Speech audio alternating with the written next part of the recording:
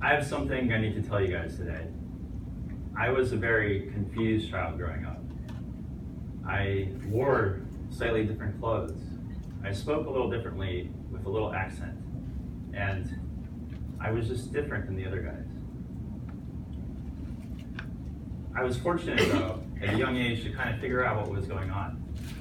It was when I met a guy, his name, Ken, that things really started to click. We connected on many different levels, and really, things were a lot less confusing. Well, in the interest of time, and knowing that you Toastmasters are very compassionate and caring group of individuals, I feel like I can trust you with anything right now. So, Toastmasters, guests, and everybody, I'm just going to come out and say it.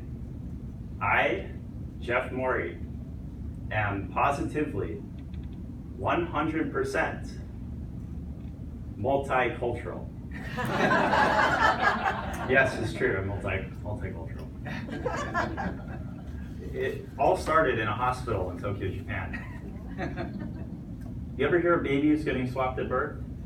Well, that had a 0% chance of that happening with my big blue eyes.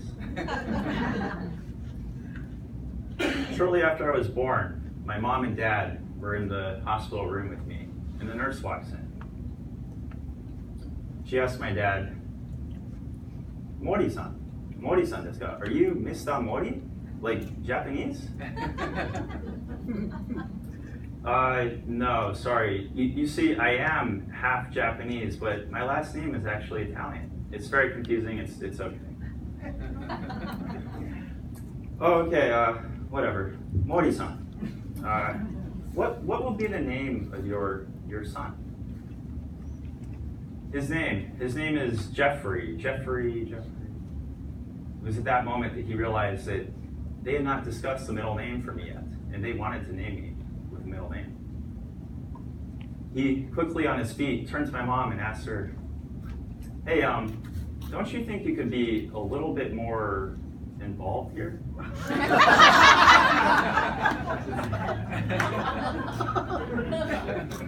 Involved? What do you mean involved? What do you think I've been doing? Just laying here? Well, okay, yes, we do need a name for our son. So here, let me scan the room. Let's see, we got speaker. No, not that. Oh, right there on the back of my dad's jeans, it read L-E-E. Lee. Lee will be his name. Nurse, quick, write that down. Jeffrey Lee Morey. Okay, yes. Jeffrey Lee Morey. Jeffrey Lee Morey? Really? It was at that moment that my parents realized that they named me a tongue twister in Japanese. That, fortunately, did not stick. Later, I went to Japanese preschool, and the kids instead would say, Jeff-chan, asobo, let's play. And I would play, I would work, and I would eat some food, and I would work, and I would nap and work, and we would work a lot at Japanese school. And while that was certainly working for me, my home life was decidedly more American. It was there that we had casseroles, camping gear, and CNN.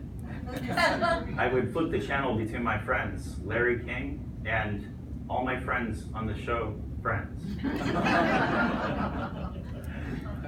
These two cultures of Japanese at school and American at home were separate at this point, but they did start to clash. In fact, I came home one day and I asked my mom a very strange question. I asked her, Mom, what does shoyu mean in Japanese? Jeff, shoyu is Japanese. What is wrong with you? We are sending you to international school now. I went to international school, and it was there that I met my best friend, Ken, and we connected on many different levels. My first multicultural friend.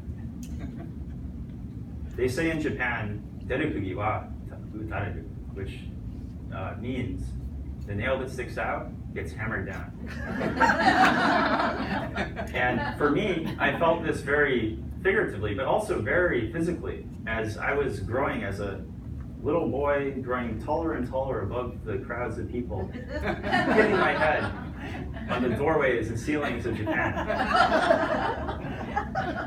And it wasn't all terrible and brutal. I would have some great moments in my life as a multicultural person. I could go to school and get straight A's in Japanese class.